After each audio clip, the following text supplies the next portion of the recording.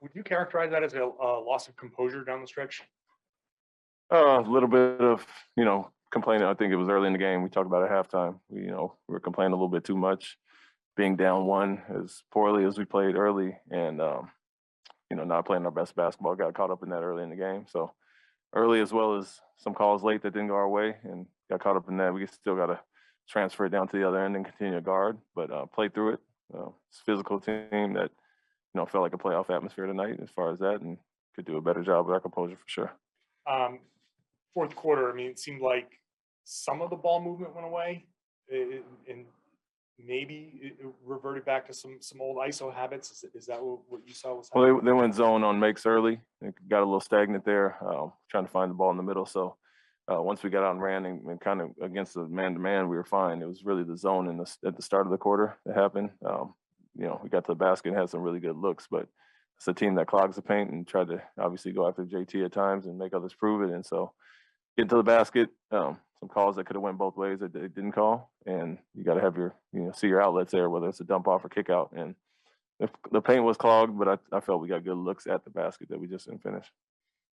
There is naturally going to be some sort of outside narrative of you've been rolling along and blowing teams out mostly. I think people will throw out the loss of Toronto, and now you got challenged and kind of fell on your faces, for lack of a better term. I mean, has the comfortable stretch kind of like contributed to, hey, this is how you play in tight games? Yeah, it was a message I said to the guys. Every game's not going to be easy. You're not going to win every game by 20 points, but keeping your composure, as when you miss some shots or there's some non-calls, playing through that. And it's a good test playoff-wise. This was going to be like coming up in a few weeks here. So every game's not easy. We could have been much better in the first half and still had our chances after scoring 31 in the third to kind of extend that. And the missed shots affected us some. The zone affected us some. And this is a good test for us going forward to, kind of feel what it's going to be like soon. And in terms of replacing, Rob's production, you got some good minutes from Daniel Theis. Yeah. Seemed like in the Toronto game, there were a lot of passes down at his feet. And in this one, there were a lot more passes up top. Was that just a point of emphasis after the Toronto game to say, hey, Daniel can go up there and get those? Yeah, it's a mix. It's depending on the defense. Some teams take away the pocket pass, and the lob is up over the top. It's open, but Daniel's capable. He's not jumping like Rob, but he's a lob threat, and so we know that. But however we got to deliver it, and miss some opportunities, had some turnovers trying to force some passes tonight. But Daniel had a great game overall. You can see his growth. What he's been doing the last few games is going to be important for us going forward. Thanks.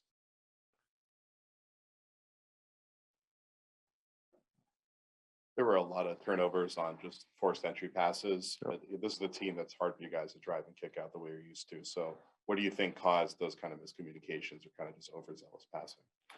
They switched quite a bit, and we had some cross matches on the post. I think we tried to force it in there. If we have the initial look, you take it. But if we're gonna, sit there and stare at it, that's not gonna be open by the time you try to pass it. So there was some forced passes, that caused turnovers that were unnecessary as far as that. But it's a team that does load up the paint, and you got to penetrate and kick and do the things we've done. And you saw it at times tonight where the ball movement was there, got wide open looks, and didn't shoot our best from three. But overall, the looks are there, and JT and JB were really you could see it was a concerted effort to force them to pass and make other guys beat us tonight. There was a lot of drop coverage for you guys on some of their middle pick and roll, and like Bam was able to score a lot at them too. What made you want to go to that scheme? And is that something you think you might need to do a little bit more now that you don't have Rob? Yeah, with the versatility of Al and Daniel to do both, we wanted to obviously chase their shooters over, and they were slipping some out early. They gave us some trouble. They got some open looks in the first half, and we were switching, and so it caused a little bit of lack of communication there and got some. So we went to some drop with Al as well as JT at a time on Butler, and so something you got to mix up. And I think we let the roller get behind us a few times too many. We really want to force Lowry and Hero and those guys to beat us with the pull-ups and the floaters, and stepped up a little bit too high and let the Bam get behind us a few times. Thanks. Yeah.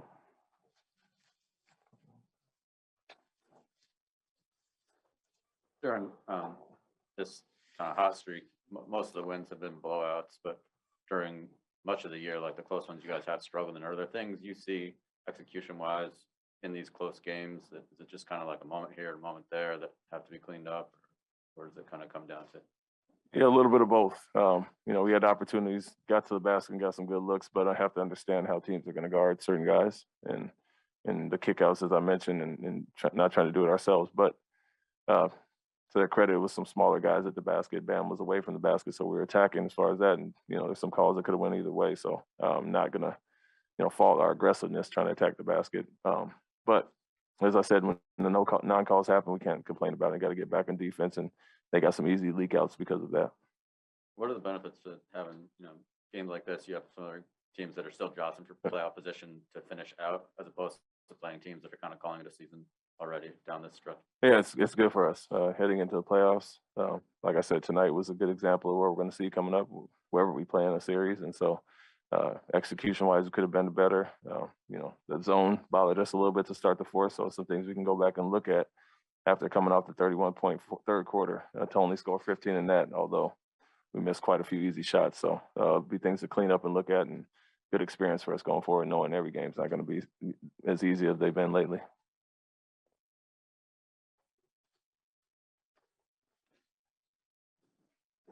The result of this game, and just are you looking at the standings and your staff like night for night right now, or do you have a kind of game plan on how you want to handle these last week and a half, regardless? Yeah, I mean, as I've mentioned quite a few times, it's fluctuates day to day.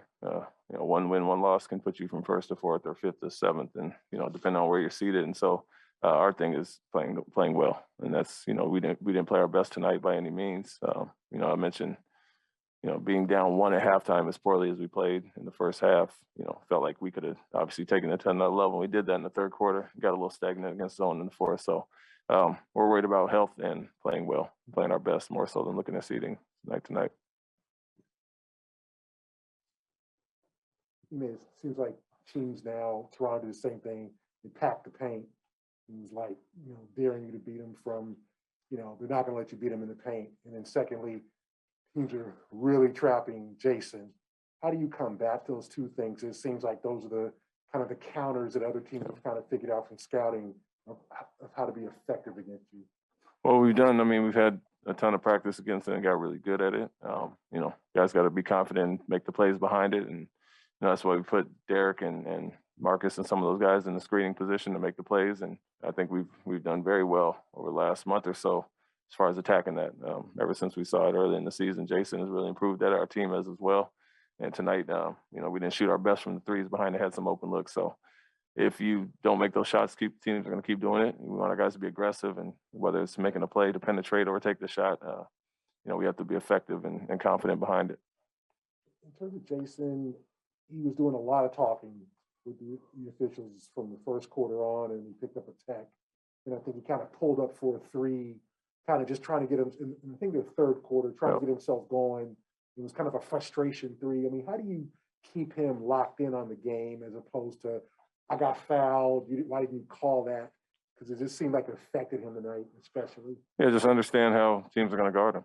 And that's been the case for the last pretty much all year, but definitely since the new year. On a hot streak that he's on, teams are going to go after him. And what he does is make the right play, but you can't get caught up in it if they don't make a call at the rim. Just has to play through it and almost force him to make a call, which he does at times. And so I'm not really worried about that. Like I said, our team in general felt like we were talking a little bit too much, and still had our chances there. So area we could definitely improve on. Our composure wasn't the best tonight, but we've been really good in that area. And obviously Jason has seen it all this year and dealt with coverages and physicality very well.